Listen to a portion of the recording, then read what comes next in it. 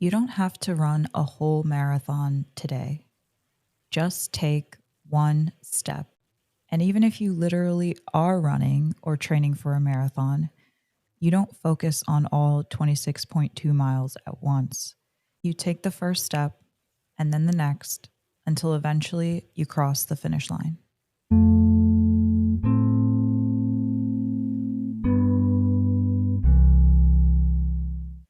Welcome back to Self Recentered. I'm your host, Anya Nova, and I'm always doing my best, even at my worst.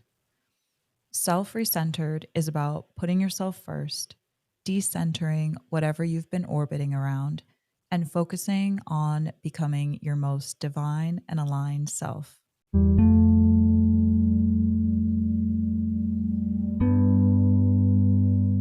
Here's the thing, sometimes your best doesn't look like much. Some days it's a 10-mile run, other days it's dragging yourself out of bed.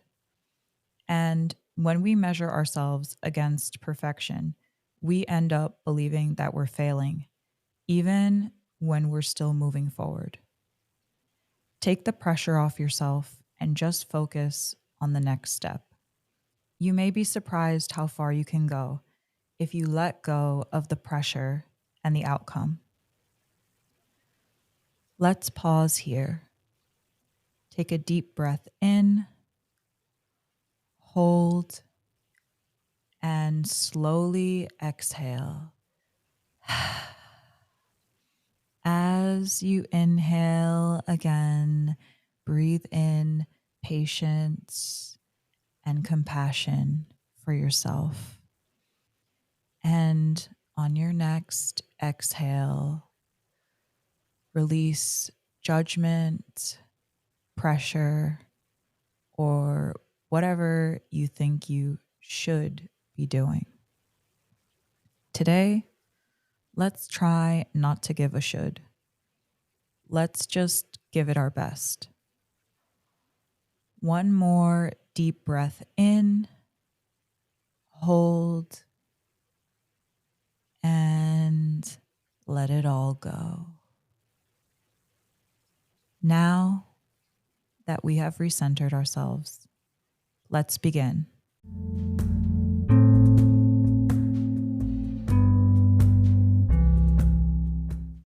I love opening each episode with an I am statement. So today, let's begin with the affirmation. I am always doing my best, even at my worst. One of my favorite books of all time is The Four Agreements by Don Miguel Ruiz. I reread it over and over again to remind myself to live in accordance with the four agreements as best as I can. If you haven't read the book and are curious what the four agreements are, I urge you to check it out. It is short and simple, but powerful. I won't go through all of the agreements here, but the fourth agreement ties into today's episode. It is literally always do your best. Sounds simple, but most things that are profound are usually simple.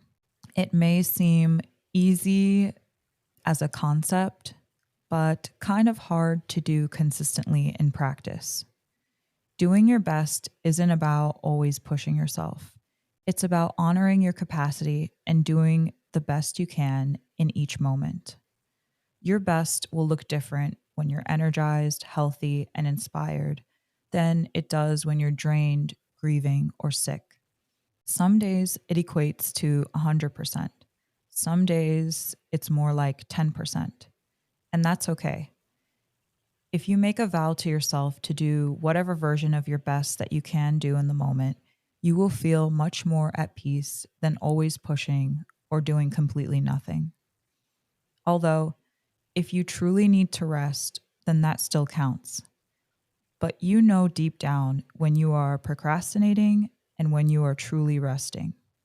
I used to feel so drained when I worked a corporate job and depleted from overworking that I would have days where I would completely numb out on the couch, binging greasy food and Netflix.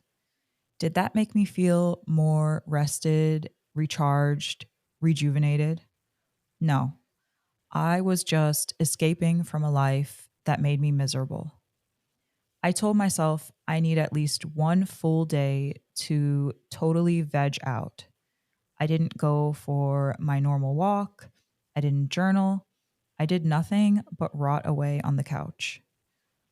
Now, there's nothing inherently wrong with a day like that, but the problem was I didn't feel any better after. I actually felt worse, like I wasted a day. But I was so drained that I just kept repeating this over and over. Doing anything felt like too much because I thought about the whole process and that drained me. I didn't think, I don't need to do all my laundry. I just need to put the clothes closer to the washer. I don't need to wash all the dishes. I can just wash one dish or load the dishwasher. I don't need to write my usual 3 pages. I can just write one line. I don't need to run a mile. I can just go for a quick walk outside. Then, after I do that little thing, I can go right back to Netflix if I want. But instead, I focused on the whole process and it kept me stuck and overwhelmed. It wasn't until I started doing a gentle push that I felt better, more rejuvenated than before when I was just staring at a screen blankly. I didn't think that getting one step closer would make much of a difference, but I promise it does. In chemistry, activation energy is the minimum amount of energy needed to initiate a chemical reaction. It represents the energy barrier that reactants must overcome to transform into products. Essentially, it's the push needed to start a reaction.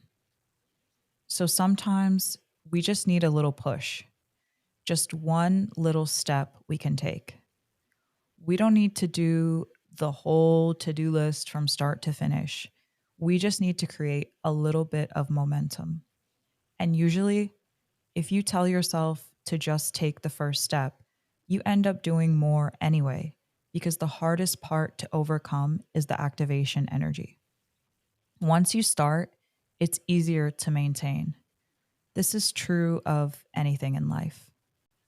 I come from a family of marathon runners. One of my greatest inspirations is my grandpa, Andrei Chirkov. He didn't even start running until he was 52 years old. After making a half drunk promise to an American colleague that he would run a marathon with him, he only had 100 days to train. At his age, people told him it was impossible. And yet, even when that colleague flaked, my grandpa showed up and kept his word. He took the challenge step by step.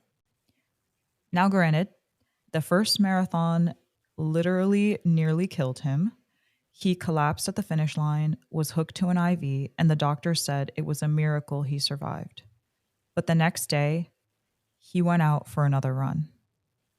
Over the next 20 years, he went on to run marathons all over the world, even one at the North Pole. For his 80th birthday, he celebrated by running 70 kilometers. And the week after, he ran a 490-kilometer ultramarathon. Now, before you credit all of this accomplishment to Slavic willpower, which is an unstoppable force, let me share with you my favorite quote from the article. My grandpa said, "My most valuable characteristic is my mediocrity. I used to be the most mediocre person. When I tell people I ran more than the length of a marathon or ran a marathon on the North Pole, they think, if the most mediocre person can do it, then so can I." That's what inspires me. It's not about being special, perfect, genetically gifted. It's not even about willpower. It's about finding your why and taking one step at a time. Here are a few ways to honor your capacity while still moving the needle. One, check in with yourself daily. Ask, what is my capacity today?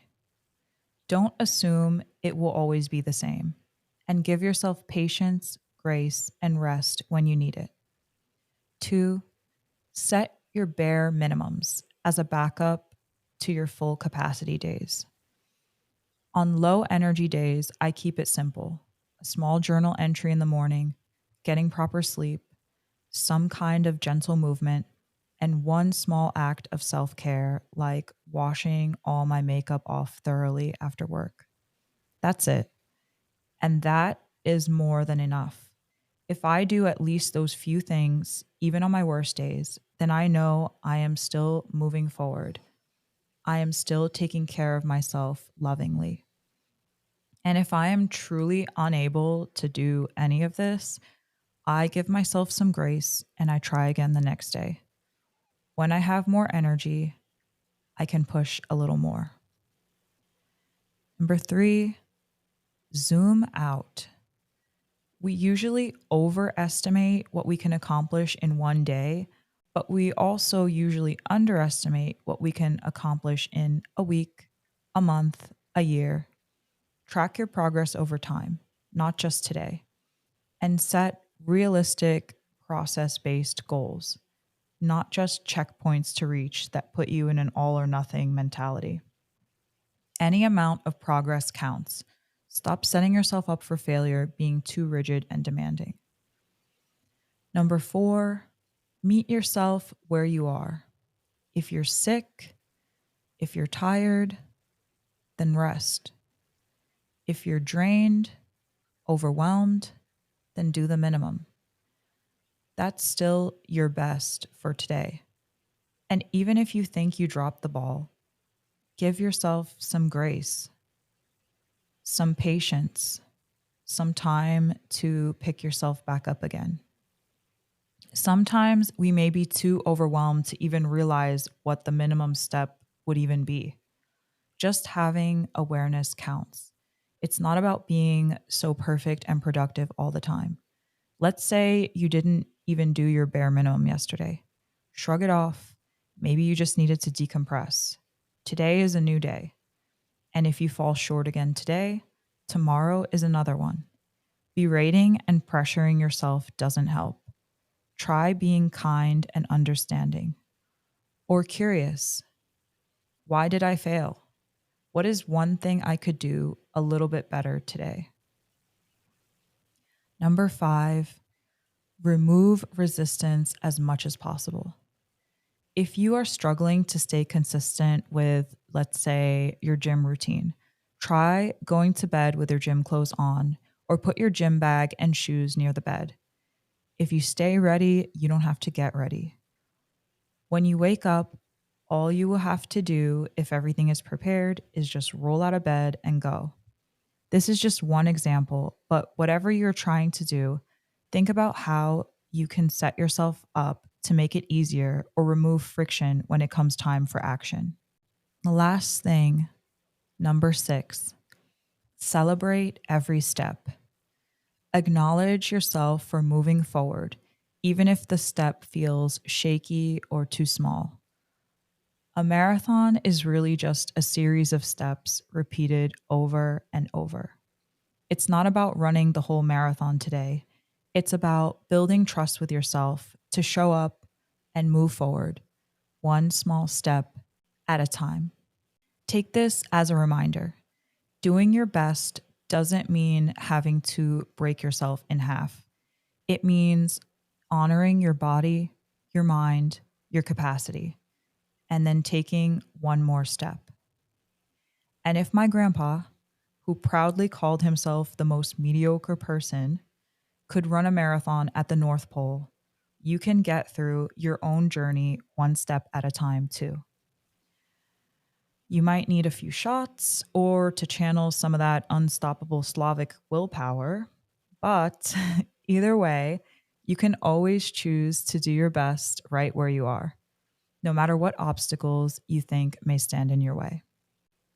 If this episode resonated with you, I'd love to hear how you've been taking one step at a time in your own life. You can email me or click the link in the description to join my newsletter, Notes to Self, for deeper reflections and practices to stay centered. Until next time, thank you so much for listening. Take care of yourself, one step at a time.